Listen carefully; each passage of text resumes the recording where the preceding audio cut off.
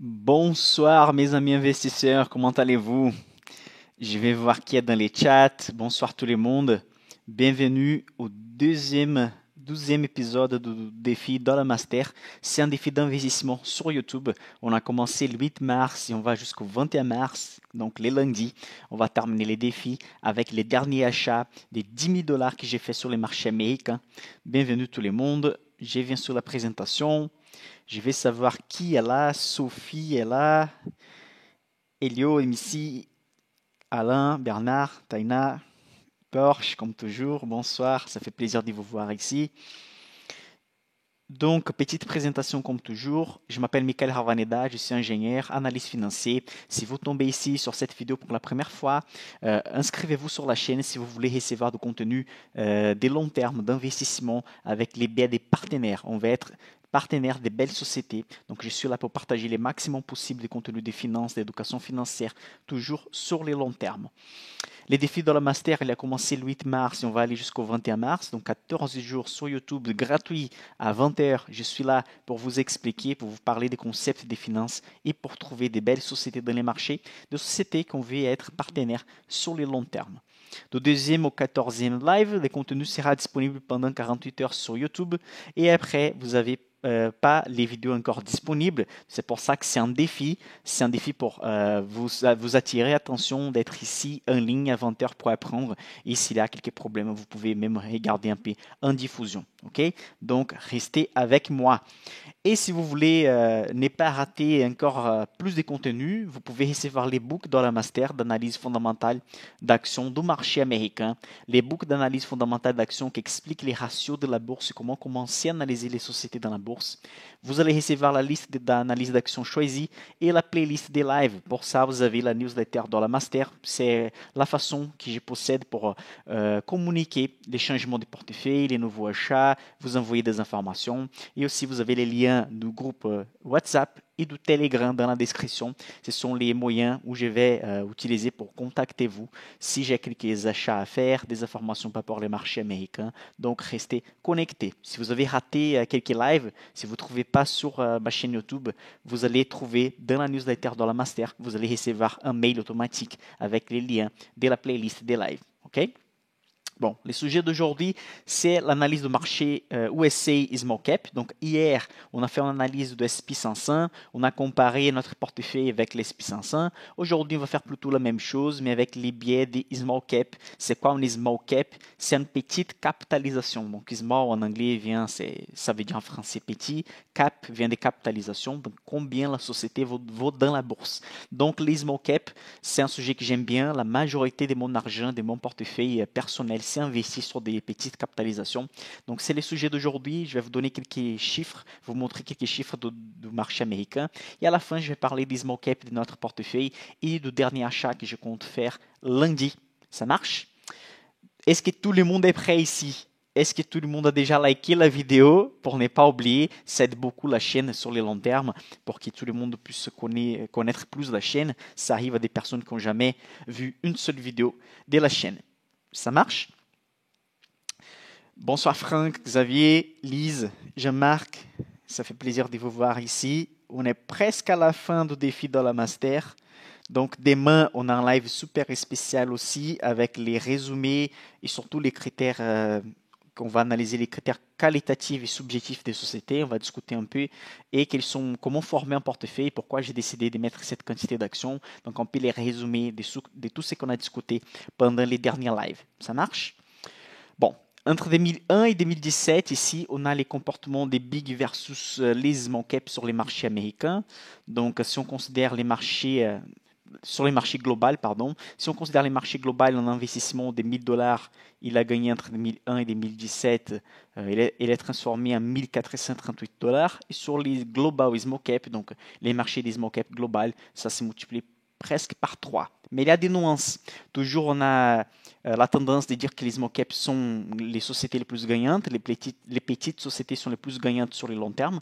Ça, c'est vrai, je suis d'accord. Sur des périodes de long terme, les small caps vont avoir un avantage, mais il y a certaines périodes de 3 ans, 5 ans, 6 ans où les grandes capitalisations peuvent performer mieux, surtout pendant les périodes d'instabilité consécutives, comme on a eu avec la pandémie et maintenant avec la crise en Europe et l'augmentation des taux d'intérêt aux États-Unis. Donc, ça ne laisse pas de l'espace du temps pour les small caps progresser comme il fallait. On va rentrer dans ces détails tout à l'heure. Donc ici, vous avez plutôt un horizon de temps plus grand, entre 99 et 2019. Donc on a 20 ans de période d'investissement ici, en passant par la crise de 2001, en passant par la crise de 2008. Donc on a les Russell 2000 Small Cap Index, les Russell Mid Cap Index et les SP500. Vous voyez que pendant cette période, les mid capitalisations, donc les capitalisations sont considérées entre 10 milliards et on va dire 50 milliards, donc les sociétés qui sont considérées moyennes aux États-Unis, elles ont performé même mieux que les petites capitalisations, mais on peut voir que largement les petites et les grandes capitalisations ont surperformé les marchés de SP500, qui c'est déjà une rentabilité énorme. Donc 10 000 dollars investis en 99 s'est transformé en presque 30 000 dollars en 2019.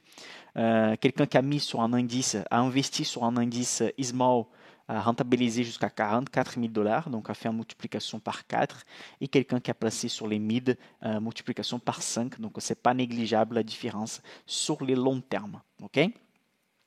Je vais savoir ici qui investit sur des petites capitalisations indirectes sur les marchés français. Je sais qu'il y a des insiders ici qui participent de ma formation personnalisée qui sont là. Je sais que certains investissent sur les petites, mais je vais savoir en mode global, est-ce qu'il y a des gens qui investissent, ça fait longtemps, sur des petites capitalisations. Et quelles sont vos petites capitalisations préférées à ce moment dans les portefeuilles? Je vais savoir, je suis curieux. Franck, quelle est ta small cap préférée à ce moment? Taina aussi, est-ce que tu as un small cap préféré? Bernard, Alain, Xavier, Laurent? Oui, mais américaine. Moi, 25% ETF Roussel. Très bien, Stéphane. Très bien. Oui. Et quels sont les small cap donc que vous aimez bien? Je vais savoir la préférée à ce moment. Bernard aussi.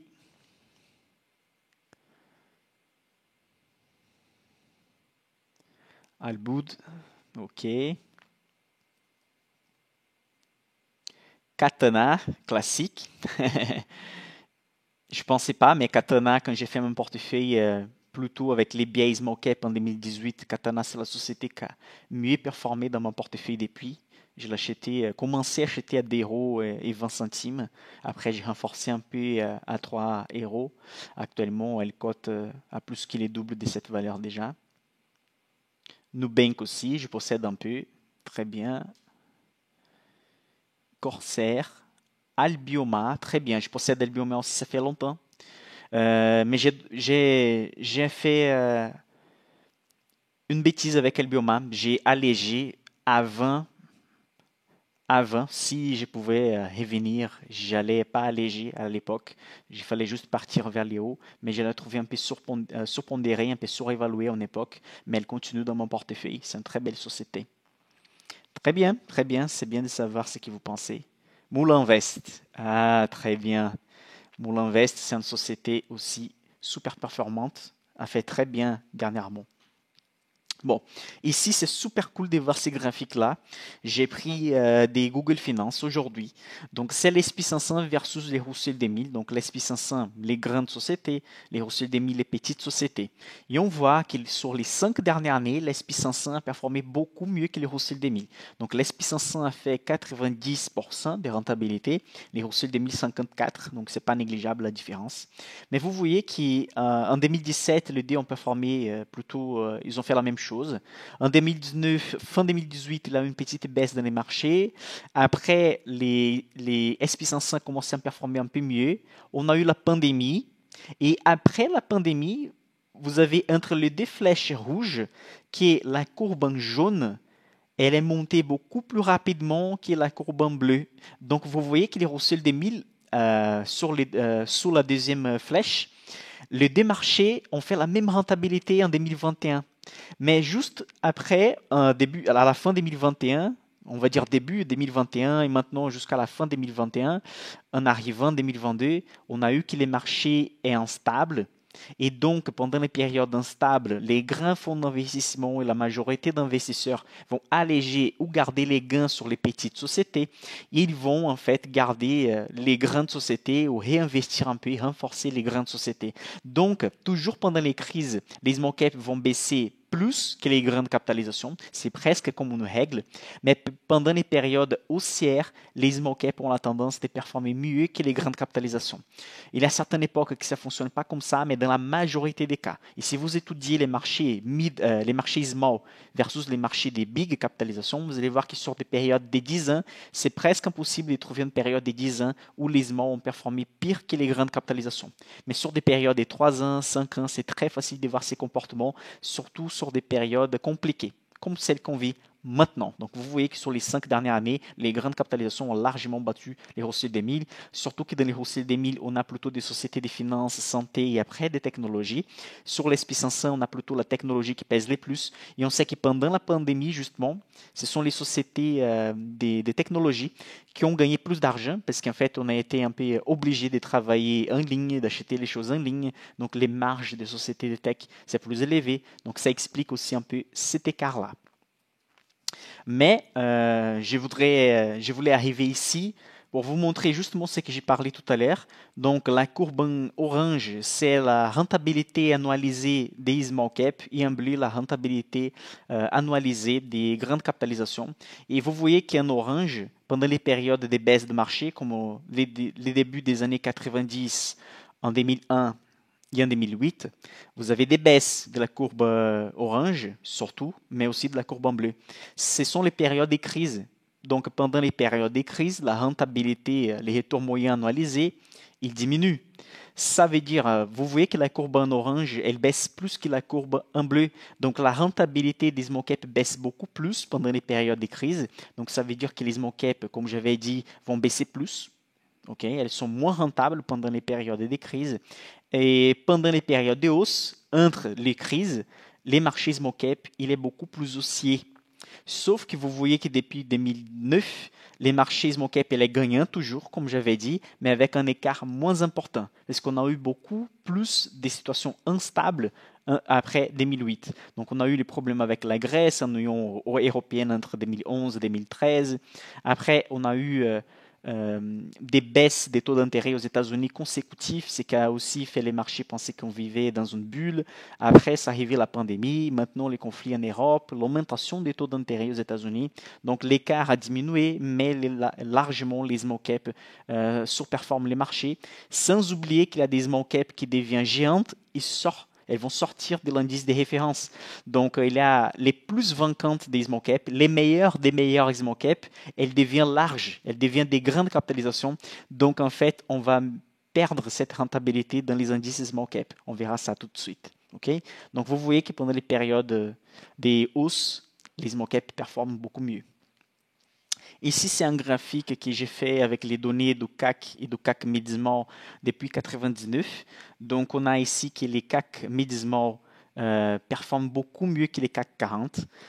C'est une rentabilité beaucoup plus élevée. Donc, si on part du principe de la centaine d'euros, par exemple, investis, on termine plutôt à 340% avec les CAC Mid-Small et on arrive à 200% avec les CAC. Donc, c'est une différence pas négligeable. Beaucoup de différences sur le marché français. Sur les marchés américains, on voit un peu moins de différences, mais sur les marchés français, on voit beaucoup de différences. La moyenne des rentabilités historiques du CAC Mid-Small, c'est de 7,8. Okay? Et la rentabilité historique des long terme du CAC, c'est d'environ entre 6,2 et 6,6.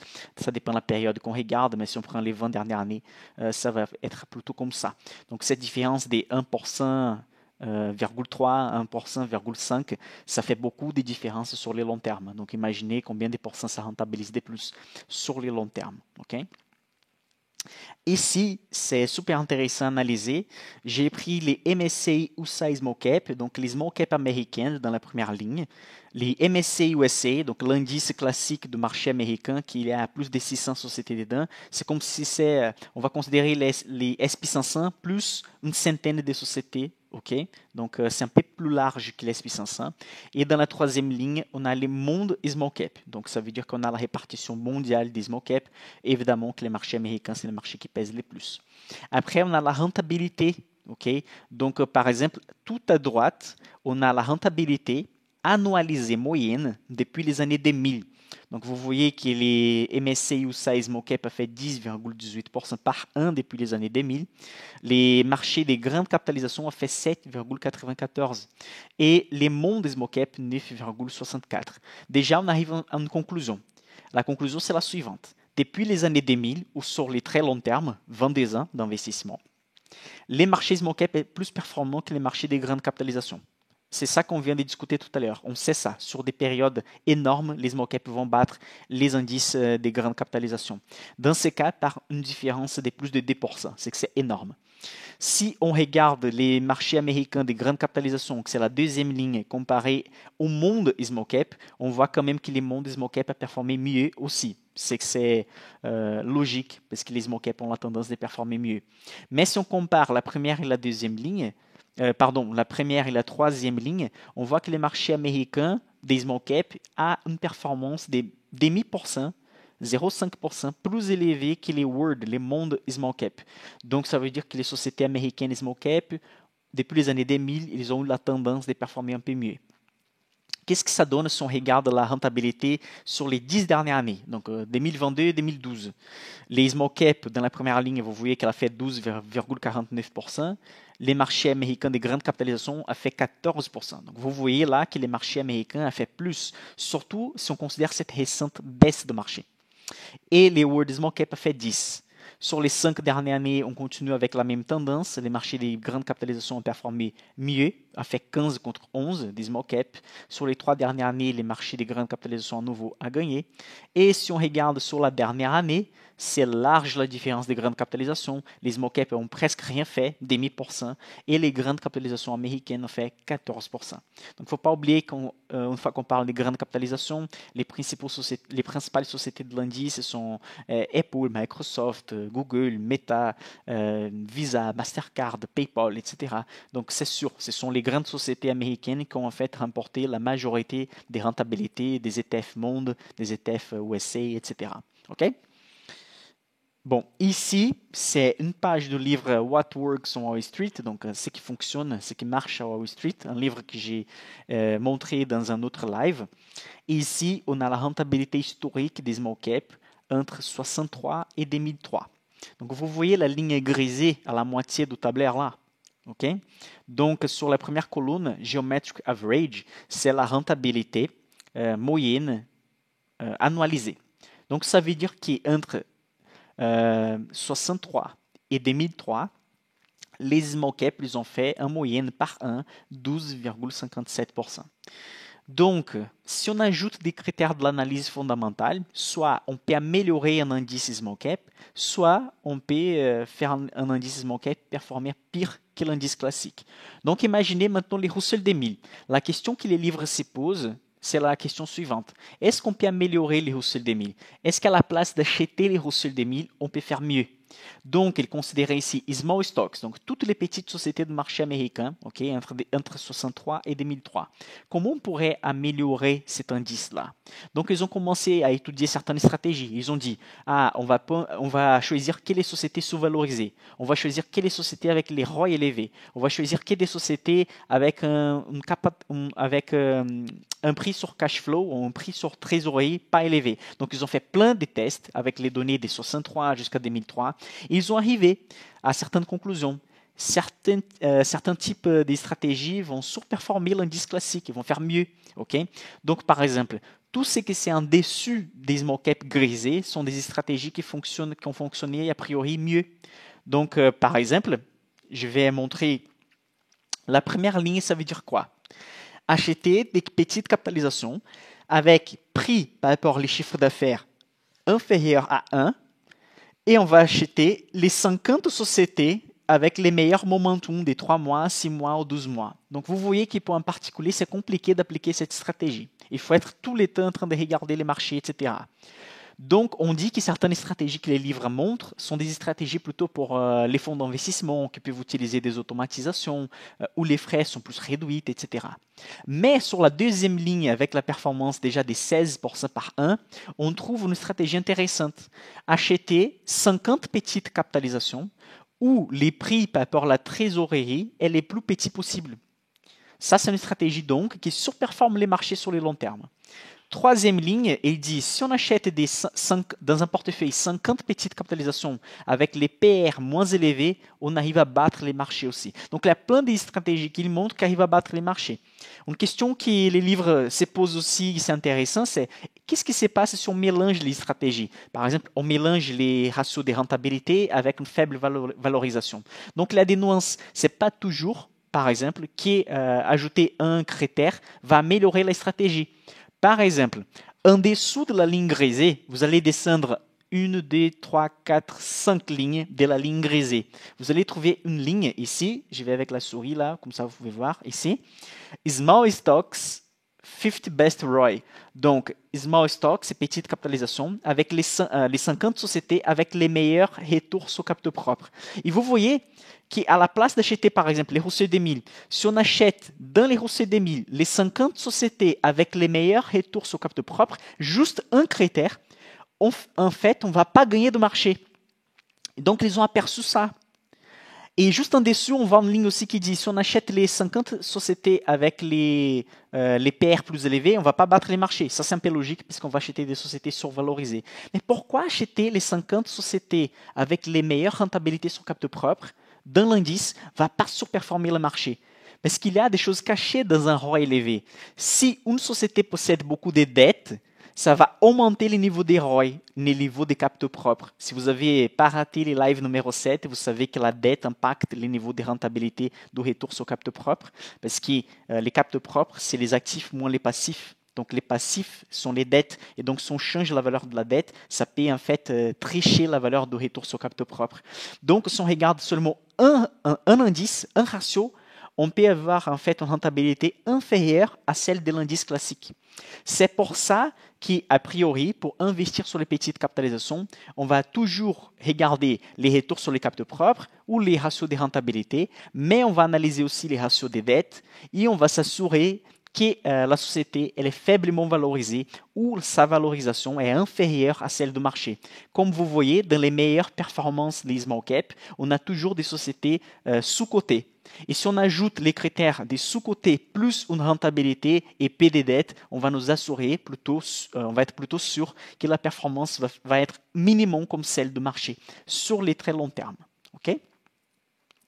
Est-ce que vous avez compris ce que je viens d'expliquer là? Parce que ça, c'est un peu complexe. Là, c'est un niveau déjà un peu intermédiaire. Mais on est sur presque à la fin de Dollar Master. Je pense que vous méritez de discuter un peu ces sujets.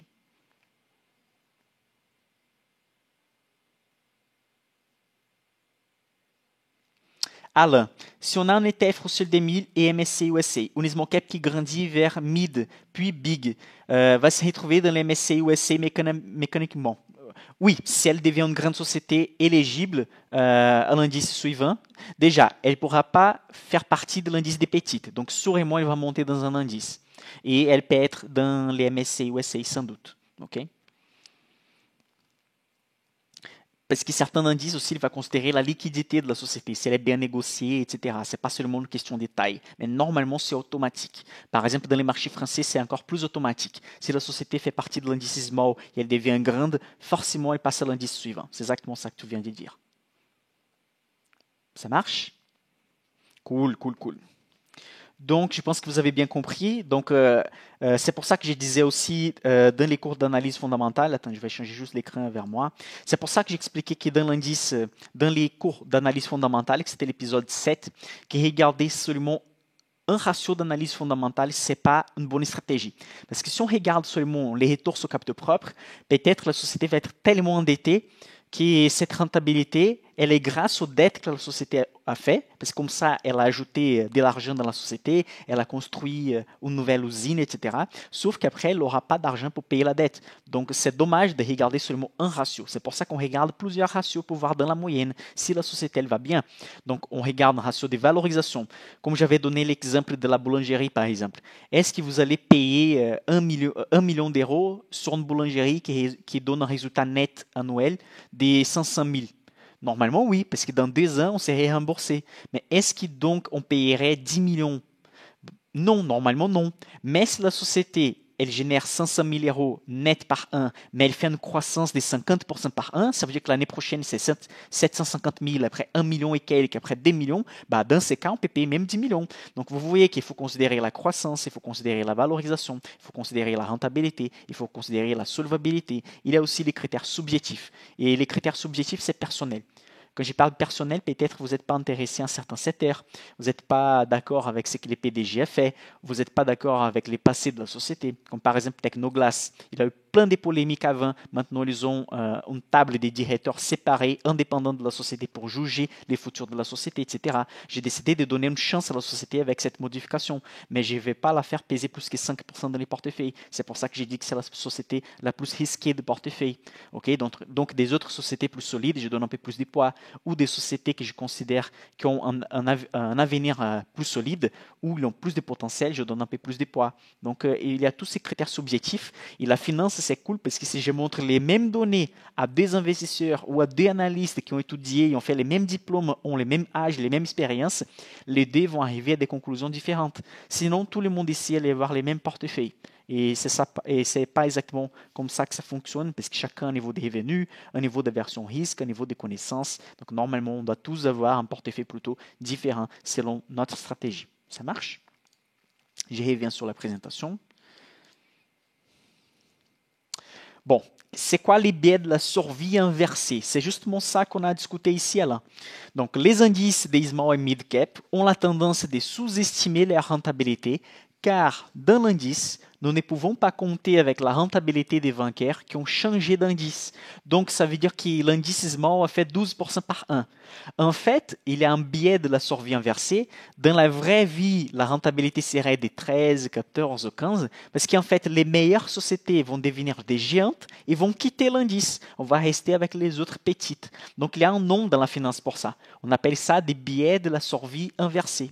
Okay? Donc ça, c'est un fait qui arrive assez souvent dans la bourse. Comme vous pouvez imaginer, Google était une petite société, Nvidia était une petite société, L'Oréal est une petite société, Microsoft, Apple, bon, la grosse majorité des sociétés tech, des technologies qu'on connaît aujourd'hui, un jour, elles étaient des petites sociétés. Donc, c'est normal que les sociétés vont changer d'indice et donc, ces sociétés qui continuent à performer super bien, elles ont laissé l'indice small sans cette rentabilité.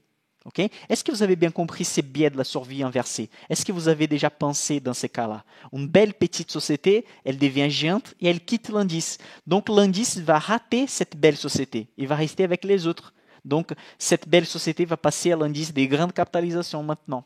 Okay? Donc cette manque de rentabilité qu'on pourrait avoir des plus sur l'indice small, on appelle des biais de la survie inversée.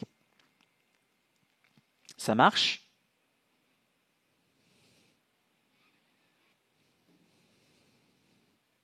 C'est bon pour tout le monde.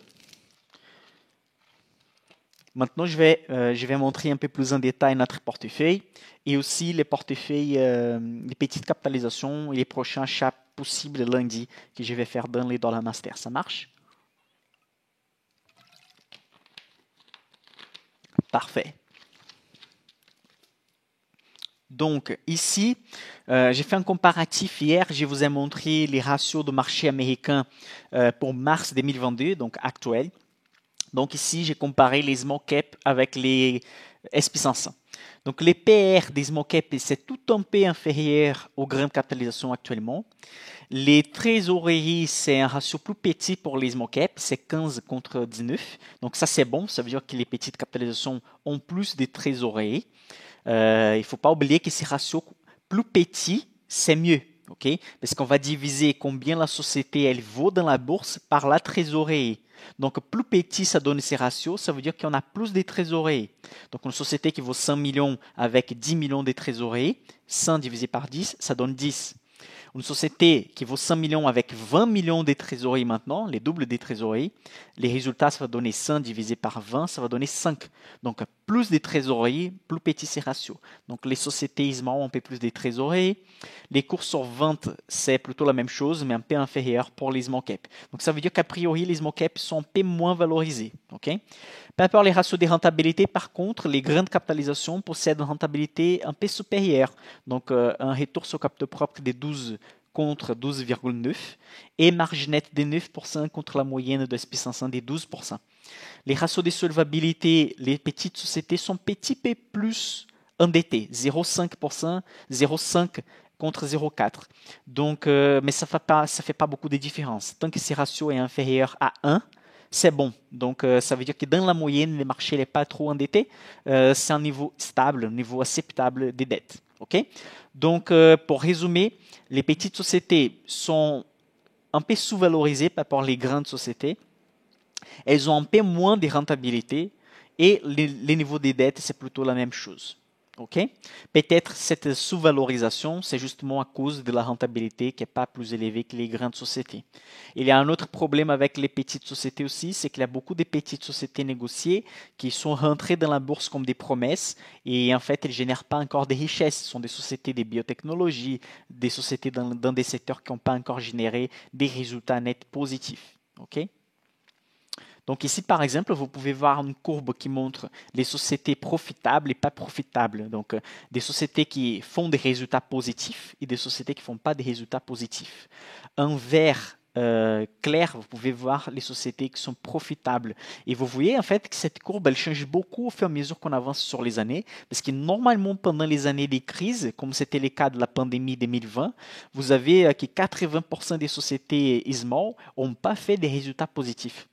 Donc, vous voyez que vraiment les crises attaquent beaucoup les petites capitalisations parce que normalement, elles ne vont pas avoir une gamme de clients énorme, elles ne vont pas avoir beaucoup de marchés. S'il y a une crise dans les marchés, ça va toucher beaucoup plus les petites capitalisations et c'est justement pour ça que les investisseurs vont commencer à acheter des grandes capitalisations pendant les crises. C'est que ça fait baisser encore plus les petites capitalisations. Mais pendant les hausses, c'est le contraire, c'est les petites capitalisations qui commencent à performer mieux parce qu'elles sont petites, donc c'est beaucoup plus facile de doubler des tailles, d'avoir des nouveaux clients, d'échanger les produits, d'échanger les services, d'échanger les noms. C'est beaucoup moins bureaucratique les petites capitalisations. OK? Donc là, ces graphiques, ça montre une courbe intéressante des pourcentages de sociétés qui ne sont pas profitables, qui ne sont pas gagnantes pendant certaines périodes. Okay? Donc vous voyez qu'après la crise de 2020, la courbe elle était en haut à 79% et après elle est descendue vraiment maintenant à une valeur très petite. Donc on a beaucoup plus de sociétés profitables.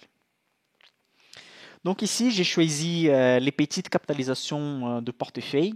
Okay. J'ai déjà ajouté Cantech ici, mais je ne sais pas sûr que je vais l'ajouter dans les portefeuilles, mais j'ai fait l'étude avec Cantech ici. Je pense que d'abord, je vais ajouter la société qui s'appelle Diode dans les portefeuilles. Je vous tiens au courant lundi, donc faites attention. Il y a les liens du Telegram et du WhatsApp dans la description de la vidéo. Si vous voulez recevoir au moment que j'ai fait l'achat, vraiment à la minute, j'envoie dans les WhatsApp, dans les Telegram. Donc vous allez savoir ça. Donc j'ai déjà considéré Cantech ici. Elle n'est pas encore dans les portefeuilles, mais Malibu, Technoglass, Toll Brothers, InMode, ils sont déjà dans les portefeuilles. Donc j'ai comparé les marchés small américains avec les petites capitalisations de portefeuille. Donc en rouge, c'est toujours quand les ratios n'est pas mieux que la moyenne de marché. En vert, c'est quand les ratios c'est mieux que la moyenne de marché. Okay? Donc, vous avez la moyenne de marché sur la colonne jaune. Vous avez que les price to sales, que c'est les prix par rapport aux chiffres d'affaires, il est supérieur pour notre portefeuille. Mais ça, c'est justifié parce que les PR et les PEG ratio, que c'est un ratio des croissances, sont plus élevés pour notre portefeuille.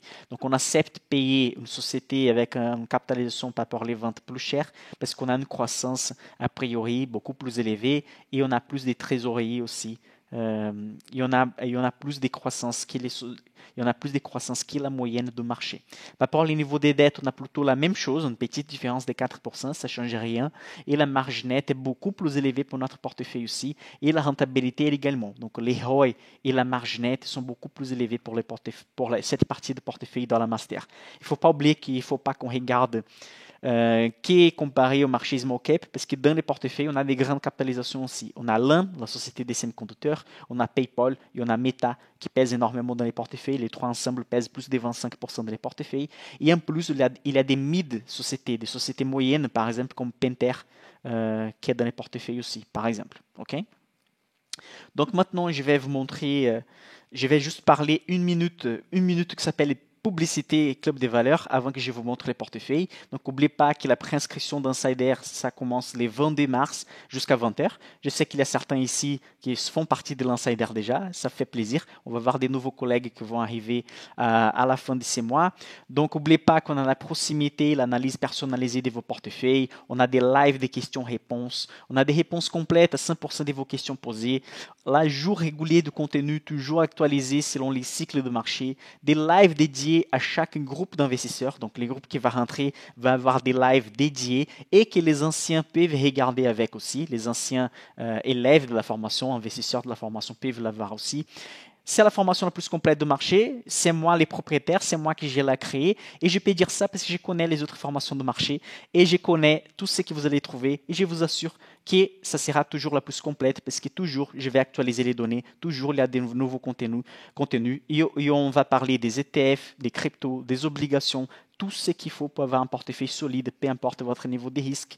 Il n'y a pas de choses cachées, ce n'est pas un accès pendant 1 an, 2 ans, 3 ans, c'est accès à vie et garantie absolue pendant 14 jours. Pendant 14 jours, si vous n'êtes pas d'accord, si vous voyez que les sujets ce n'est pas pour vous, ou vous trouvez des choses dedans qui n'étaient pas au niveau que vous attendez, vous allez demander un remboursement avec un email et j'ai fait le remboursement. Ça, c'est le niveau de sûreté et de fierté que j'ai de produits que je vous offre parce que je sais que ça peut vous aider énormément à investir sur le long terme. C'est un investissement à retour plutôt rapide. Ok? Bon, qu'est-ce qu'on a vu dans cet épisode? On a vu l'analyse de marché USA Small Cap.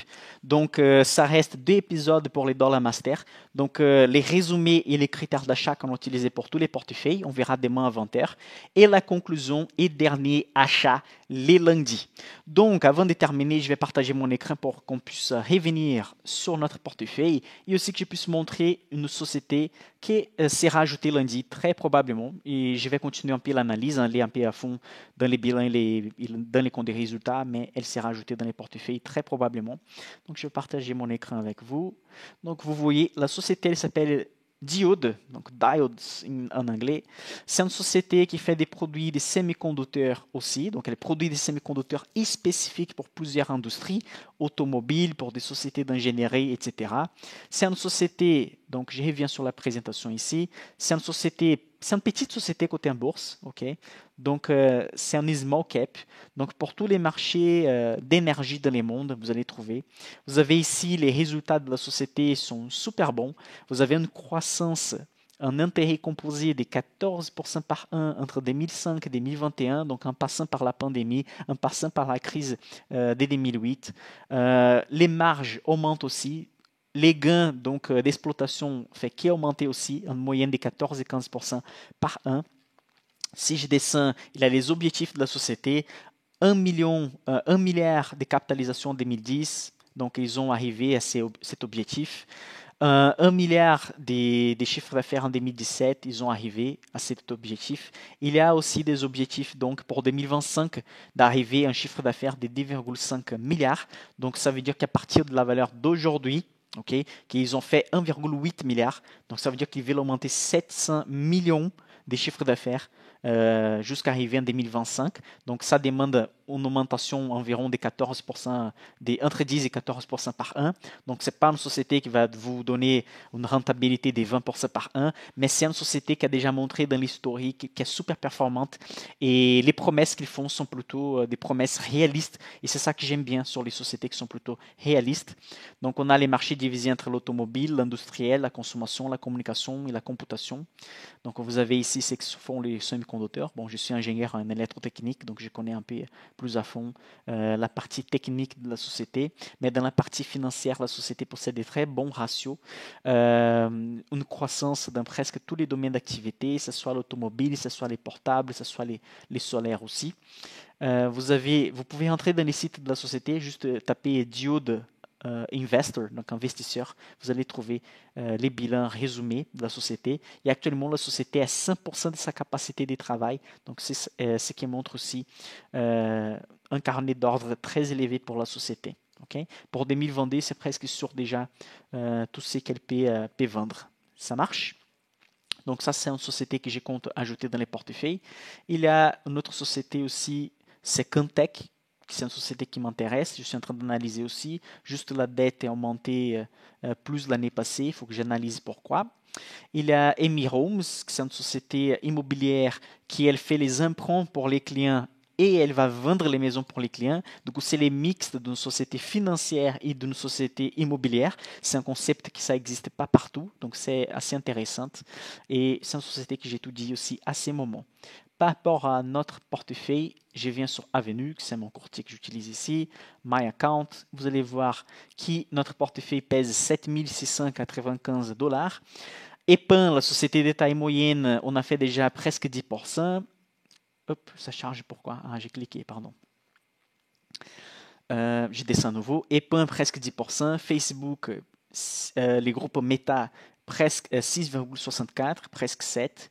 InMode, la société que je viens d'acheter hier avec vous, donc elle est montée tout un petit peu à la fin de la journée, donc on est déjà au positif. L'un groupe, on est à plus 7. Malibu Boats, moins 10%. Pentair, moins 0,74%.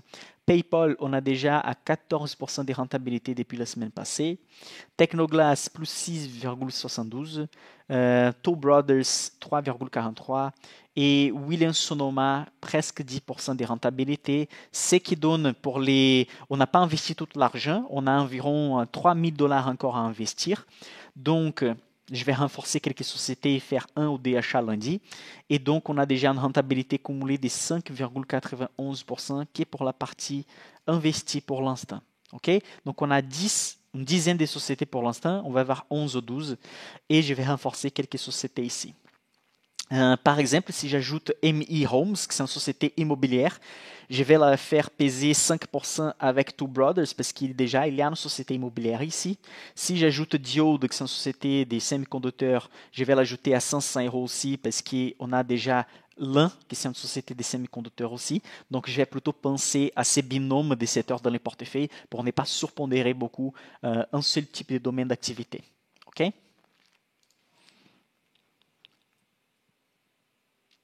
Stéphane, Boot Barnes. Voilà la société que je regrette de ne pas avoir acheté la semaine passée déjà. Sincèrement, je pense que la société commence à être un peu surcotée. Je ne sais pas si la croissance va continuer comme les années passées pour les futurs. C'est une société que j'analyse aussi. C'est une belle société. De toute façon, si vous aviez acheté déjà ou si vous voulez acheter, c'est une belle société sur le long terme. Je ne sais pas si je vais ajouter dans les portefeuilles, mais c'est une belle société. Boot Barnes. Très bien, Stéphane. Merci. Je suis de même avis. Formation très très complète. Merci Michael. C'est moi que je te remercie d'avoir fait confiance sur mon travail. J'ai fait mon maximum possible pour vous livrer le maximum des résultats possibles. C'est ça mon objectif. C'est vous donner le maximum possible des contenus, des astuces pour améliorer vos investissements et que l'investissement sur l'insider soit quelque chose de très rapide à être remboursé et qu'on fasse une communauté des vrais investisseurs. Il faudra que tu nous montres comment tu trouves ces sociétés. Erico, il y a sur la vidéo 7, il y a aussi sur les premières vidéos des lives que j'ai fait ici. Je vais sur Yahoo Finance et j'ai créé un screener où j'ai choisi les critères comme les ROI, les marges, etc. Je vous ai montré ça. Et donc, j'utilise les critères comme les ROI plus élevés que 10%, marge nette plus élevée que 8%, des dettes par rapport à l'EBITDA moins élevées que 2%, PR entre 0 et 25%, PEG, c'est les PEG ratio inférieur à 2, Et voilà, j'écris ces filtres et ça va donner une liste des 150 actions, 140 actions. Déjà, je ne vais pas regarder les sociétés de biotechnologie, je ne vais pas regarder les sociétés minières, je ne vais pas regarder des sociétés polémiques. Donc, ça reste déjà un peu moins des sociétés. Et du coup, dans chaque secteur, donc je vais regarder les sociétés, j'ai fait un clic et je regarde déjà si la recette nette elle est plutôt en croissance. Je regarde si les dettes sont contrôlées. Donc après, il y a un travail vraiment de faire les minages, d'aller regarder chaque société pour voir si c'est une belle société.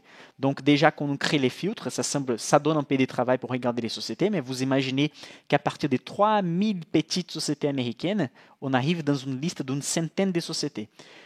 Je t'assure que dans un après-midi, un samedi, dans un après-midi, un dimanche, vous arrivez déjà à jeter un œil sur une trentaine de sociétés. Parce que si la marge nette elle n'est pas élevée, ou vous voyez qu'il y a une année avec résultat positif, une année avec résultat négatif, si la société est instable, s'il y a beaucoup de dettes, si vous jetez un œil sur les ratios fondamentaux en utilisant les sites Investing, Morningstar par exemple, vous arrêtez de regarder la société. Vous n'allez pas à fond. Donc la société qui vous commencez à regarder les ratios fondamentaux et ça commence à avoir du sens, c'est la société que vous gardez à côté, que c'est une société éligible à placer l'argent dedans. Une fois que tous les ratios sont bons, toutes les choses apparemment ça se semble bien, vous allez entrer dans les sites de la société, vous pouvez voir en détail ce que la société fait, vous pouvez regarder en détail les comptes des résultats, etc. Donc, c'est un travail vraiment d'aller trouver les sociétés. C'est pour ça que j'ai fait cette formation de 15 jours pour vous aider à faire ces étapes-là. Et si vous téléchargez mon e-book d'analyse fondamentale du marché américain et mon e-book d'analyse fondamentale d'action, gratuit, 100% gratuit sur mon site clubdesvaleurs.com, dans la partie downloads, vous pouvez télécharger. J'explique étape par étape comment trouver ces valeurs-là. Okay? Et donc, ce n'est pas quelque chose de caché ou quelque chose que j'ai fait qui est dans ma formation. C'est vraiment, je vous montre comment j'ai fait. Dans la formation, mon objectif, c'est de vous donner un guide, vraiment, des zéros jusqu'à devenir investisseur rentable, avec tous les outils qu'il faut, dans l'ordre qu'il faut, avec les critères qu'il faut, pour qu'on fasse de manière personnalisée pour chacun. Et cette partie de trouver les actions, c'est quelque chose que vous allez trouver aussi sur l'Internet, sur des autres chaînes. Et donc, j'aime bien cette façon d'utiliser des screeners, des filtres. Et donc, c'est avec plaisir que je partage avec vous ici. Okay? Mais ce travail, ça demande donc un peu de l'analyse ensuite. Non, c'est pas un job full-time. Vraiment, c'est pas comme ça. Si tu sais faire l'analyse fondamentale d'action, si tu sais comment fonctionnent les ratios, c'est qui va demander quelques heures d'apprentissage. C'est qui va demander quelques heures, la lecture d'un e-book ou d'un livre, regarder plusieurs vidéos comme la série des 14 vidéos ici, c'est que ça va donner 12 à 14 heures de vidéos. Vous allez savoir faire l'analyse fondamentale d'action. Et ensuite, si la société, vous allez jeter un œil sur une société qui vous intéresse, vous allez savoir immédiatement si la société elle est bonne ou pas. Et vous allez dépenser du temps pour former les débuts de portefeuille. Par exemple, pour faire ces choix des dizaines d'actions que je viens d'ajouter dans les portefeuilles, évidemment que je fais l'analyse des 10 sociétés. Mais maintenant qu'il y a 10 sociétés dedans, pourquoi je vais ajouter une vingtaine, une trentaine de sociétés? Non. Maintenant, si je suis intéressé sur une société que j'ai entendu parler, je vais voir si vaut la peine de l'ajouter dedans et remplacer peut-être une société que j'en ai déjà dans les portefeuilles. Donc, une fois que le portefeuille est établi et bien établi, vous n'allez pas passer de temps du tout sur les portefeuilles. À partir de maintenant, je vais juste regarder les ratios fondamentaux qui vont sortir tous les 3 mois. Après, c'est fini l'analyse approfondie des sociétés. Seulement s'il y a une société qui m'intéresse, je vais regarder donc une société qui m'intéresse. Parce que déjà, j'ai fait les filtres sur tous les marchés. Donc à partir de maintenant, le temps est beaucoup réduit. Je dirais que pendant les 20 années à venir, donc j'ai 20 ans, 25 ans, 30 ans à venir, je vais faire le suivi de ces portefeuilles et les nouvelles opportunités, je vais comparer avec les choses que j'ai déjà dans mon portefeuille. Et voilà.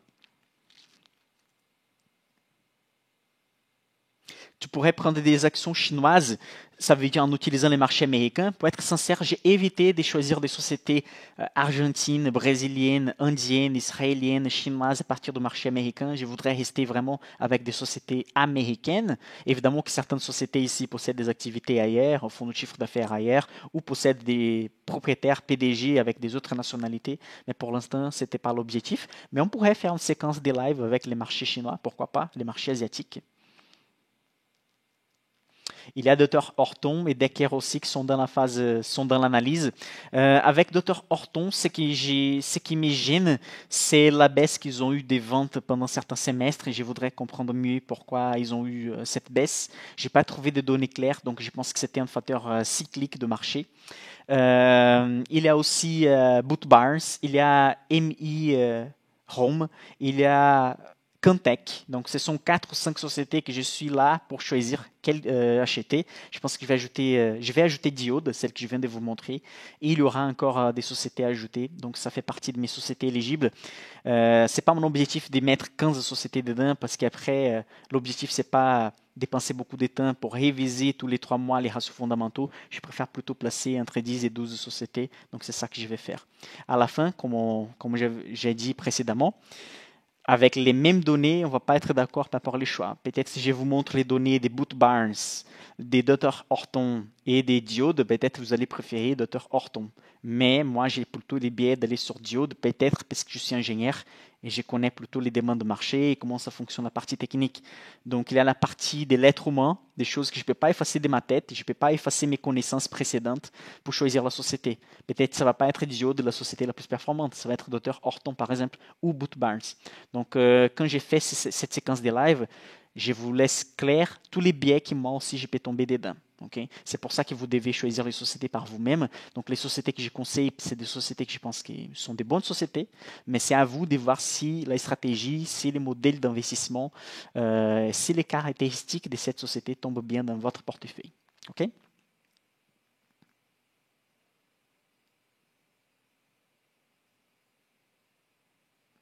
Par rapport à ma question plus haut, les sites Finx peuvent aider à voir les concurrents parasitaires? Oui, sans doute, sans doute. Vous pouvez utiliser ces sites Finx pour analyser les concurrents, pour analyser les sociétés du même domaine d'activité, comparer les ratios. C'est toujours intéressant de comparer avec les concurrents et voir ce que les concurrents ils font. Okay? Comment suivre les calendriers des sorties des chiffres par trimestre? Normalement, toutes les sociétés dans les sites d'investisseurs ils possèdent la newsletter. Donc, vous laissez votre mail et vous recevez les bilans une fois que les bilans vont sortir. Toutes les sociétés que je suis investisseur, je suis abonné à la newsletter d'investisseurs de la société. Et toutes les sociétés possèdent ces programmes-là. Vous allez dans la partie investisseur, vous laissez votre mail et vous allez recevoir dans votre mail quand sera la sortie des résultats. C'est la façon la plus facile de les faire. Je pourrais pour dire, allez sur Zone Bourse, sur Investing, sur Morning Star, regarder la date de sortie, mais ça donne trop de travail, on ne va pas faire ça tous les temps ou noter dans l'agenda. Simplement, je m'abonne à la newsletter et je reçois les informations comme investisseur. OK? Mes amis investisseurs, pour aujourd'hui, c'est tout. Demain, donc, grande révision de l'analyse fondamentale et des critères qu'on a choisis pour mettre les sociétés dans les portefeuilles.